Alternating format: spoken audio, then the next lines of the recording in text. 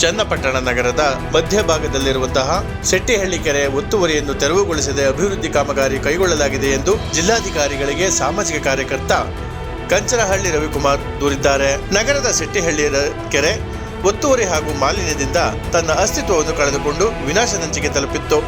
ಅಂತಿಮವಾಗಿ ಈ ಬಗ್ಗೆ ಉಪ ಲೋಕಾಯುಕ್ತರು ಆಡಳಿತ ಯಂತ್ರಕ್ಕೆ ಚಾಟಿ ಬೀಸಿದ ಹಿನ್ನೆಲೆಯಲ್ಲಿ ವಿನಾಶದ ಅಂಚಿನಲ್ಲಿದ್ದ ಸೆಟ್ಟಿಹಳ್ಳಿ ಕೆರೆಯ ಪುನಶ್ಚೇತನ ಕಾಮಗಾರಿ ಪ್ರಾರಂಭಿಸಲಾಗಿತ್ತು. ಕೆರೆಯ ಕಾಯಕಲ್ಪ ಹಾಗೂ ಪುನಶ್ಚೇತನ ಹೊಣೆಯನ್ನು ಜಲತಜ್ಞ ಹಾಗೂ ಲೇಕ್ ಮ್ಯಾನ್ ಆಫ್ ಇಂಡಿಯಾ ಖ್ಯಾತಿಯ ಕೊಪ್ಪಳ ಮೂಲದ ಆನಂದ್ ಮಲ್ಲಿಗೌಡ ಅವರಿಗೆ ವಹಿಸಲಾಗಿತ್ತು. ಇದೀಗ ಕಾಮಗಾರಿ ಪ್ರಗತಿಯಲ್ಲಿದೆ. ಆದರೆ ಕೆರೆಯ ಒತ್ತುವರಿ ತೆರವು ಮಾಡದೆ ಒತ್ತುವರಿದಾರರಿಗೆ ಅನುಕೂಲವಾಗುವ ರೀತಿಯಲ್ಲಿ ಕಾಮಗಾರಿ ನಡೆಯುತ್ತಿದೆ ಎಂಬ ಆರೋಪ ಜೋರಾಗಿದೆ. ಕೆರೆಯ ಸುತ್ತಲೂ ಸಾಕಷ್ಟು ಒತ್ತುವರಿಯಾಗಿದ್ದು ಒತ್ತುವರಿಯನ್ನು ಗುರುತಿಸಲಾಗಿದೆ. ಆದರೆ ಒತ್ತುವರಿದಾರರು ತೆರವಿಗೆ ನ್ಯಾಯಾಲಯದಿಂದ ತಡೆಯಾಜ್ಞೆ ತಂದಿದ್ದರಿಂದ ಆ ಜಾಗ ಹೊರತುಪಡಿಸಿ ಕಾಮಗಾರಿ ನಡೆಸುತ್ತಿರುವುದು ಜನರ ಅಸಮಾಧಾನಕ್ಕೆ ಕಾರಣವಾಗಿದೆ. ಈ ಸಂಬಂಧ ಕರುನಾಡು ಟೈಮ್ಸ್ ಜೊತೆ ಮಾತನಾಡಿದಂತಹ ಸಾಮಾಜಿಕ ಕಾರ್ಯಕರ್ತ ರವಿಕುಮಾರ್ ಕಂಚನಹಳ್ಳಿ ಅವರು, ಸರ್ಕಾರಿ ಕೆರೆಕಟ್ಟೆಗಳ ಸಂರಕ್ಷಣೆ ಜವಾಬ್ದಾರಿ ಹೊತ್ತ ತಹಸೀಲ್ದಾರ್, ನಗರಸಭೆ ಅಧಿಕಾರಿಗಳು ಕೆರೆ ಒತ್ತುವರಿದಾರರಿಗೆ ಅನುಕೂಲ ಮಾಡಿಕೊಡುವ ದುರುದ್ದೇಶದಿಂದ ಒತ್ತುವರಿ ತೆರವುಗೊಳಿಸದೆ ಅಭಿವೃದ್ಧಿ ಕಾಮಗಾರಿ ಮಾಡುತ್ತಿದ್ದಾರೆ. ಕೂಡಲೇ ಕಾಮಗಾರಿ ನಿಲ್ಲಿಸಿ ಒತ್ತುವರಿ ತೆರವುಗೊಳಿಸದಿದ್ದರೆ ಹೈಕೋರ್ಟ್ನಲ್ಲಿ ಸಾರ್ವಜನಿಕ ಹಿತಾಸಕ್ತಿ ಅರ್ಜಿ ಸಲ್ಲಿಸುವ ಜೊತೆಗೆ ಒತ್ತುವರಿದಾರರ ವಿರುದ್ಧ ಕಾನೂನು ಕ್ರಮಕ್ಕಾಗಿ ಭೂ ಕಬಳಿಕೆ ವಿಶೇಷ ನ್ಯಾಯಾಲಯದಲ್ಲಿ ಅರ್ಜಿ ಸಲ್ಲಿಸಲಾಗುವುದು ಎಂದು ತಿಳಿಸಿದ್ದಾರೆ. ಚನ್ನಪಟ್ಟಣ ಟೌನ್ ಅಲ್ಲಿ ತಹಸೀಲ್ದಾರ್ ಆಫೀಸ್ ಹಿಂಭಾಗ ಒಂದು ಕೆರೆ ಇದೆ. ಅದು ಸೆಟ್ಟಿಹಳ್ಳಿ ಕೆರೆ ಅಂತ ಕರೀತಾರೆ. ಇಲ್ಲಿ ಅದು ಮಂಗಳವಾರಪೇಟೆ ಸರ್ವೆ ನಂಬರ್ 13 ಬರುತ್ತೆ. ಒಟ್ಟು 20 ಎಕರೆ 14 ಗುಂಟೆ ಇದೆ. ಸೊ ಇತ್ತೀಚೆಗೆ ಆಗಸ್ಟ್ 2025ರಲ್ಲಿ ADLR ಸರ್ವೆ ಅಧಿಕಾರಿಗಳು, ನಗರಸಭೆ ಅಧಿಕಾರಿಗಳೆಲ್ಲ ಒಂದ್ಸಾರಿ ಸರ್ವೆ ಮಾಡ್ತಾರೆ. ಕೆರೆ ಒತ್ತುವರಿ ಆಗಿರೋ ವಿಷಯಕ್ಕೆ ಸರ್ವೆ ಮಾಡ್ತಾರೆ. ಸರ್ವೆ ಮಾಡಿ ಒಟ್ಟು ವಿಸ್ತೀರ್ಣ ಆಕಾರ ಬಂದಂತೆ 20 ಎಕರೆ 14 ಗುಂಟೆ ಇದೆ.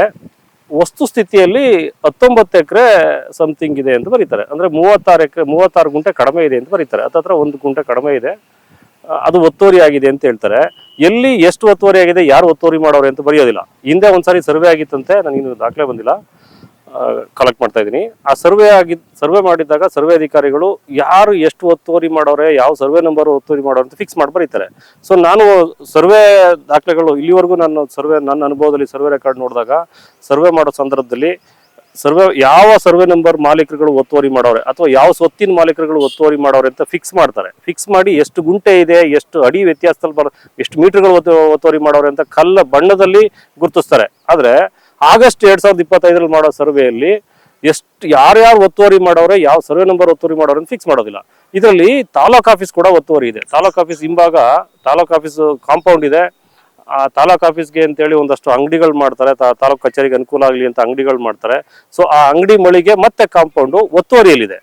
ಅಲ್ಲೇ ADLR ಆಫೀಸ್ ಇದೆ, ಅಲ್ಲೇ ಸರ್ವೆ ಅಧಿಕಾರಿಗಳಿದ್ದಾರೆ. ಅವ್ರಿಗೆ ಗೊತ್ತು ಇದು ಒತ್ತುವರಿ ಆಗಿದೆ ಅಂತ. ಆದ್ರೆ ಈ ಒತ್ತುವರಿಯನ್ನು ಗುರುತಿಸಬೇಕಾಗುತ್ತೆ ಅಂತೇಳಿ ಯಾವ ಸರ್ವೆ ನಂಬರ್ ಅವರು, ಯಾವ ಮಾಲೀಕರುಗಳು ಒತ್ತುವರಿ ಆಗೋರು ಅಂತ ಬರೆಯೋದಿಲ್ಲ. ಚನ್ನಪಟ್ಟಣ ಮೇನ್ ರೋಡ್ ಇಂದ ಬೆಸ್ಕಾಂ ಹಿಂಭಾಗ ಬರ್ತಕ್ಕಂಥ ರಸ್ತೆ, ಬೆಸ್ಕಾಂ ಕೂಡ ಒತ್ತುವರಿ ಆಗಿದೆ. ಬೆಸ್ಕಾಂ ಹಿಂಭಾಗದಲ್ಲಿ ರಸ್ತೆ ಮಾಡುವಾಗ ಕೆರೆಯನ್ನ ಒತ್ತುವರಿ ಮಾಡಿ, ಆ ಕೆರೆ ಒತ್ತುವರಿ ಮಾಡ್ಕೊಂಡಿರೋರ್ಗೆ ಜಾಗ ಬಿಟ್ಬಿಟ್ಟು ಕೆರೆ ಮಧ್ಯದಲ್ಲಿ ರಸ್ತೆ ಮಾಡ್ಕೊಂಡು ಹೋಗ್ಬಿಟ್ಟವ್ರೆ. ಬಹಳ ಹಿಂದೆನೆ ರಸ್ತೆ ಮಾಡ್ಬಿಟ್ಟವ್ರೆ. ಅದ್ರ ಪಕ್ಕದಲ್ಲಿ ಇದ್ದಂತ ಜಾಗನ ಒತ್ತುವರಿ ಮಾಡ್ಕೊಂಡ್ಬಿಟ್ಟವ್ರೆ. ಸೊ ಆ ಒತ್ತುವರಿ ಮಾಡಿರ್ತಕ್ಕಂಥವ್ರು, ಆ ಕೆರೆ ಪಕ್ಕದಲ್ಲಿ ಒತ್ತುವರಿ ಮಾಡಿರ್ತಕ್ಕಂಥವ್ರು, ಆ ಒತ್ತುವರಿ ಮಾಡಿರೋದು ನಮ್ಗೆ ಅನುಕೂಲ ಆಗ್ಲಿ ಅಂತೇಳಿ ಅದ್ರ ಪಕ್ಕದಲ್ಲಿ ಕೆರೆ ಒಳಗಡೆ ಮಣ್ಣು ತುಂಬ್ತಾರೆ. ಮಣ್ಣು ತುಂಬಿಟ್ಟು ಒಂದು ದೇವಸ್ಥಾನ ಮಾಡ್ತಾರೆ.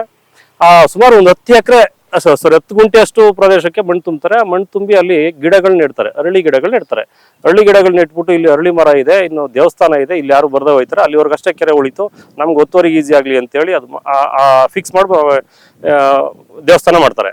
ಸೊ ದೇವಸ್ಥಾನ ಮಾಡಿರೋದು ಜೊತೆಗೆ ಆ ಮಣ್ಣು ತುಂಬಿ 10 ಗುಂಟೆ ಏನ್ ಮಣ್ಣು ತುಂಬ್ತಾರೆ ಅದನ್ನು ಕೂಡ ಈ ಸರ್ವೇಯರ್ ಫಿಕ್ಸ್ ಮಾಡೋದಿಲ್ಲ. ಹಿಂದೆ ಸರ್ವೆ ಮಾಡಿದಾಗ ಮಾಡಿದಾರಂತೆ. ಬಟ್ ಈಗ ಆಗಸ್ಟ್ ಅಲ್ಲಿ ಸರ್ವೆ ಮಾಡಿದಂತ ಅಧಿಕಾರಿಗಳು ಅದಕ್ಕೆ ADLR ಕೂಡ ನೋಟಿಫೈ ಮಾಡ್ತಾರೆ. ADLR ಕೂಡ ಐಡೆಂಟಿಫೈ ಮಾಡಿ ಸಿಗ್ನೇಚರ್ ಮಾಡ್ತಾರೆ. ಬಟ್ ಒತ್ತುವರಿ ಫಿಕ್ಸ್ ಮಾಡಿ ಬರೆಯೋದಿಲ್ಲ. ಸೊ ಈಗ ನಾನು ಸದ್ಯ DC ಮತ್ತೆ ನಗರಸಭೆಯ ಜಿಲ್ಲಾ ಮಟ್ಟದ ಅಧಿಕಾರಿಗಳಿಗೆ ದೂರು ಕೊಟ್ಟಿದ್ದೀನಿ. ಅವರು ಒತ್ತುವರಿ ತೆರವುಗೊಳಿಸಿ ಕೆರೆ ಅಭಿವೃದ್ಧಿ ಮಾಡಿ ಅಂತ. ಕೆರೆ ಅಭಿವೃದ್ಧಿ ಮಾಡ್ತಾವ್ರೆ. ಕೆರೆ ಅಭಿವೃದ್ಧಿ ಮಾಡ್ತೀನಿ ಅಂತ ನಗರಸಭೆಯಿಂದ ಕೋಟ್ಯಾಂತರ ರೂಪಾಯಿ ಹಣ ಬಿಡುಗಡೆ ಮಾಡವ್ರೆ. ನಿರ್ಮಿತಿ ಕೇಂದ್ರಕ್ಕೆ ಪ್ರಾಜೆಕ್ಟ್ ಕೊಡ್ತಾರೆ. ಸೊ ನಿರ್ಮಿತಿ ಕೇಂದ್ರ ಪ್ರಾಜೆಕ್ಟ್ ಮಾಡುವಾಗ ಸುತ್ತ ಒತ್ತುವರಿ ಆಗಿರೋ ಜಾಗನ ಸುಮಾರು ಒಂದು 10 ರಿಂದ 20 ಮೀಟ್ರು ಅಳತೆ ಜಾಗನ ಬಿಟ್ಬಿಟ್ಟು ಸುತ್ತ ಒಂದು ಏರಿ ನಿರ್ಮಾಣ ಮಾಡ್ತಾರೆ. ಆಕ್ಚುಲಿ ಏರಿ ನಿರ್ಮಾಣ ಮಾಡ್ಬೇಕಾಗಿರೋದು ಕೆರೆ ಗಡಿಗೆ ಏರಿ ನಿರ್ಮಾಣ ಮಾಡಿ, ಕೆರೆ ಗಡಿಯಲ್ಲಿ ರಸ್ತೆ ಏರಿ ನಿರ್ಮಾಣ ಮಾಡಿ ಅದಕ್ಕೊಂದು ರಸ್ತೆ ಮಾಡೋದು ಸಹಜವಾಗಿ ನಾವು ಇಲ್ಲಿವರೆಗೂ ನೋಡ್ಕೊಂಡ್ ಬಂದಿರೋದು. ಆದ್ರೆ ಕೆರೆ ಪಕ್ಕದಲ್ಲಿ ಜಾಗ ಬಿಟ್ಬಿಟ್ಟು ಒತ್ತುವರಿ ಮಾಡೋರ್ಗೆ ಅನುಕೂಲ ಆಗ್ಲಿ ಅಂತ ಸುತ್ತ ಜಾಗ ಬಿಟ್ಬಿಟ್ಟು ಒಂದು ಏರಿ ಮಾಡ್ತಾರೆ. ಸೊ ಆ ಏರಿ ಮತ್ತೆ ಬಿಟ್ಟಿರೋ ಜಾಗ ನೋಡಿದ್ರೆ ಅದೇ ಸುಮಾರು 5-6 ಎಕರೆ ಆಗೋಯ್ತು. ಇನ್ನು ಉಳಿದಿರೋ ಒಂದು 15 ಎಕರೆನೂ ಬರೋದಿಲ್ಲ. ಒಂದು ಈ ಒತ್ತುವರಿ ಈಗ ಏರಿ ಮಾಡುವಾಗ ಬಿಟ್ಬಿಟ್ಟು ಮಾಡ್ತಾ ಇರ್ತಾ ಒತ್ತುವರಿ ಸೇರಿದ್ರೆ ಒಂದು 10 ಎಕರೆ ಬರ್ಬೋದು ಅನ್ನೋ ಕೆರೆ ಸುತ್ತ ಜಾಗ ಬಿಟ್ಟು ಮಾಡ್ತಾ ಇರೋದು. ಸೊ ಈಗ ನಾನು ಈ ಒತ್ತುವರಿ ತೆರವುಗೊಳಿಸಿ ಅಭಿವೃದ್ಧಿ ಮಾಡಿ ಅಂತ ಅರ್ಜಿ ಕೊಟ್ಟಿದ್ದೀನಿ. ಸದ್ಯಕ್ಕೆ ನಿಲ್ಸಿದ್ದಾರೆ. ಇವರು ನಿಲ್ಸಿದ್ದಾರೆ ಅಂತ ಬಿಟ್ರೆ ಇವತ್ತಿಲ್ಲ ನಾಳೆ ಮತ್ತೆ ಸ್ಟಾರ್ಟ್ ಮಾಡ್ತಾರೆ. ಹೈಕೋರ್ಟ್ಗೆ ಒಂದು PL ಮಾಡ್ತಾ ಇದ್ದೀನಿ. ಒತ್ತುವರಿ ತೆರವುಗೊಳಿಸಿ ಅಭಿವೃದ್ಧಿ ಮಾಡಬೇಕು ಅಂತೇಳಿ ಹೈಕೋರ್ಟ್ PL ಮಾಡ್ತಾ ಇದ್ದೀನಿ. ಚನ್ನಪಟ್ಟಣ ನಗರದ ಒಂದು ಹೃದಯ ಭಾಗದಲ್ಲಿರ್ತಕ್ಕಂಥ ಈ ಒಂದು ಶೆಟ್ಟಿಹಳ್ಳಿ ಕೆರೆ ಸಾಕಷ್ಟು ಒತ್ತುವರಿ ಆಗಿದೆ. ಈ ಒತ್ತುವರಿ ಸಂಬಂಧಪಟ್ಟಾಗೆ 2019 ಕೂಡ ನಾವು ಹೋರಾಟ ಮಾಡ್ಕೊಂಡ್ ಬರ್ತಾ ಇದೀವಿ. ಪ್ರಾರಂಭದಲ್ಲಿ ನಾವು ಸಂಬಂಧಪಟ್ಟ ಇಲಾಖೆಗಳು ಎಲ್ಲಾರ್ಗು ಕೂಡ ದೂರು ಕೊಟ್ಟಿದ್ವಿ, ಏನೇ ಕೆರೆ ಒತ್ತುವರಿ ಆಗಿದೆ ಆ ಒತ್ತುವರಿಯನ್ನ ತೆರವುಗೊಳಿಸಿ ಕೆರೆನೂ ಕೂಡ ಅಭಿವೃದ್ಧಿ ಪಡಿಸಿ ಅಂತ. ಯಾಕಂದ್ರೆ ನಗರದ ಕೊಳಚೆ ನೀರೆಲ್ಲ ಈ ಕೆರೆನ ಸೇರ್ತಾ ಇತ್ತು. ಹಾಗಾಗಿ ಒಂದು STP ಪ್ಲಾಂಟ್ ಮಾಡಿ ಆ ಕೊಳಚೆ ನೀರನ್ನೆಲ್ಲ ಶುದ್ಧೀಕರಿಸಿ ಕೆರೆ ಬಿಡ್ತಕ್ಕಂಥದ್ದು ಮತ್ತೆ ಕೆರೆ ಅಭಿವೃದ್ಧಿ ಪಡಿಸಬೇಕು ಅನ್ನೋದು ನಮ್ಮ ಆಗ್ರಹ ಆಗಿತ್ತು. ಆ ಸಂದರ್ಭದಲ್ಲಿ ತಹಶೀಲ್ದಾರ್ ಇದ್ದಂತ ಸುದರ್ಶನ್ ಅವರು ಕೆರೆ ಏನು ಒತ್ತುವರಿ ಆಗಿದೆ ಇದನ್ನ ಸರ್ವೆ ಕೂಡ ಮಾಡಿಸಿದ್ರು. ಸರ್ವೆ ಮಾಡಿ ಸುಮಾರು 26 ಮನೆಗಳನ್ನ ಗುರ್ಸಿ ಅವ್ರನ್ನ ತೆರವುಗೊಳಿಸ್ಲಿಕ್ಕೂ ಸಹ ಮುಂದಾಗಿದ್ರು. ಆದ್ರೆ ಕಾರಣಾಂತರಗಳಿಂದ ತೆರವುಗೊಳಿಸಕ್ಕೆ ಸಾಧ್ಯ ಆಗಿರ್ಲಿಲ್ಲ.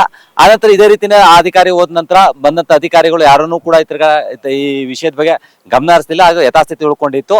ಕಳೆದ ಏನು 2025ರಲ್ಲಿ ಲೋಕಾಯುಕ್ತ ಉಪಲೋಕಾಯುಕ್ತ ಅಂತ ಪಣೀಂದ್ರ ಸಾಹೇಬ್ರವರು ಸ್ಥಳ ಭೇಟಿ ನೀಡಿ ಒಂದು ಸಂಬಂಧಪಟ್ಟ ಅಧಿಕಾರಿಗೆ ಎಚ್ಚರಿಕೆ ನೀಡಿದ ನಂತರದಲ್ಲಿ ಈ ಕೆರೆ ಅಭಿವೃದ್ಧಿ ಕಾರ್ಯಕ್ಕೆ ಒಂದು ಚಾಲನೆ ಸಿಕ್ಕಿದ ಸಂತೋಷ. ಆದ್ರೆ ಈ ಯಾವ ರೀತಿ ಮಾಡ್ತಿದ್ದಾರೆ ಅಂತಂದ್ರೆ ಏನು ಒತ್ತುವರಿ ಇದೆ ಅದನ್ನ ತೆರವುಗೊಳಿಸಿ ಆನಂತರ ಕೆರೆ ಅಭಿವೃದ್ಧಿ ಪಡಿಸಿ ಅನ್ನೋದು ನಮ್ಮ ಆಗ್ರಹ ಆಗಿದೆ ಹೊರತು. ಆದ್ರೆ ಇಲ್ಲಿ ಮಾಡ್ತಾ ಇರ್ತಕ್ಕಂಥದ್ದು ಕೆರೆ ಒತ್ತುವರಿ ಯಾವುದೇ ರೀತಿಯಲ್ಲಿ ತೆರವುಗೊಳಿಸ್ತಾ ಇಲ್ಲ. ಮತ್ತೆ ಇನ್ನೊಂದು ಇದು ಕೂಡ ಮಾಡಿದ್ದಾರೆ, ಏನೋ ಸರ್ವೆ ಕೂಡ ಮಾಡಿದ್ದಾರೆ. ಆ ಸರ್ವೆನಲ್ಲಿ ಏನಾಗಿದೆ, ಮುಂಚೆ 28 ಮನೆಯನ್ನು ಗುರ್ಸಿದ್ರು, ಆದ್ರೆ ಅದನ್ನ ನಂತರ ಸರ್ವೆನಲ್ಲಿ ಯಾವುದೇ ರೀತಿಯ ಗುರ್ಸಿಲ್ಲ. ಸುಮ್ಮನೆ ಒತ್ತುವರಿ ಆಗಿದೆ ಅನ್ನೋದಷ್ಟೇ ಒಂದು ಮೇಲ್ನೋಟಕ್ಕೆ ತೋರ್ಕೊಂಡಿದ್ದಾರೆ.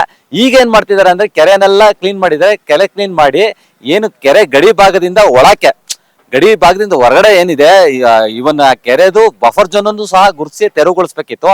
ಆದ್ರೆ ಆ ಕೆಲ್ಸಕ್ಕೂ ಮುಂದಾಗ್ದೇನೆ ಕೆರೆ ಅಂಗಳದ ಒಳಕ್ಕೇನೆ ಒಂದು ಏರಿನ ನಿರ್ಮಾಣ ಮಾಡಿ ಒತ್ತುವರಿದಾರರು ಈಗ ಅನಧಿಕೃತವಾಗಿ ಯಾರ ಮನೆ ಕಟ್ಕೊಂಡಿರೋ ಅದೆಲ್ಲರೂ ಅಧಿಕೃತ ಮುದ್ರೆ ಒತ್ತುವಂತ ಒಂದು ಹುನ್ನಾರ ನಡೆದಿದೆ. ಅದನ್ನ ನಾವು ಈ ಸಂದರ್ಭ ಖಂಡಿಸ್ತೀವಿ. ನಾವೇನಂತ ಅಂತಂದ್ರೆ ಈ ಕೆರೆ ಏನು ಒತ್ತುವರಿ ಆಗಿರ್ತಕ್ಕಂಥದ್ದು ಎಲ್ಲಾನು ಗುರ್ಸಿ ಒತ್ತುವರಿ ತೆರವುಗೊಳಿಸಿ ಆ ಗಡಿ ಭಾಗದಲ್ಲಿ ಏರಿ ನಿರ್ಮಾಣ ಆಗಬೇಕು ಹೊರತು ಸುಮಾರು ಗಡಿಯಿಂದ ಕೆರೆ ಅಂಗಳಕ್ಕೇನೆ ಸುಮಾರು ಒಂದು 100-150 ಅಡಿಯಷ್ಟು ಒಳಗೆ ಏರಿ ನಿರ್ಮಾಣ ಆಗ್ತಿರತ್ತಿಂದಾಗಿ ಈ ಮುಂಚೆ 20 ಎಕರೆ 14 ಕುಂಟೆ ಇರ್ತಕ್ಕಂಥ ಕೆರೆ ಒತ್ತುವರಿಯಾಗಿ 18 ಕುಂಟೆ ಮತ್ತೆ ಇತ್ತು. ಈಗ ಮಾಡಿರ್ತಕ್ಕಂಥದ್ದು ಏನಾದ್ರು ನಾವು ಅರ್ಥ ಮಾಡ್ತೀವಿ ಅಂದ್ರೆ ಏನಿದ್ರೆ ಒಂದು 14-15 ಕುಂಟೆ ಅಷ್ಟು ಕೆರೆ ಅಂಗಳ ಉಳ್ಕೋತದೆ. ಹಾಗಾಗಿ ನಾವು ಆಗ್ರಹ ಮಾಡೋದೇನಂತ ಅಂದ್ರೆ ಮೊದಲು ಕೆರೆ ಒತ್ತುವರಿ ಆಗಿರ್ತಕ್ಕಂಥದ್ದೆಲ್ಲ ಗುರ್ಸಿ ಅದನ್ನೆಲ್ಲ ತೆರವು ಮಾಡಿ ಬಫರ್ ಝೋನ್ ಅನ್ನು ಸಹ ತೆರವು ಮಾಡಿ ಆನಂತರದಲ್ಲಿ ಅಭಿವೃದ್ಧಿ ಪಡಿಸಬೇಕು ಅನ್ನೋದು ನಮ್ಮ ಆಗ್ರಹ ಆಗಿದೆ. ಕರುನಾಡು ಟೈಮ್ಸ್ ಚಾನೆಲ್ನಲ್ಲಿ ಸುದ್ದಿ ಮತ್ತು ಜಾಹೀರಾತು ನೀಡಲು ಈ ನಂಬರ್ಗೆ ಕರೆ ಮಾಡಿ.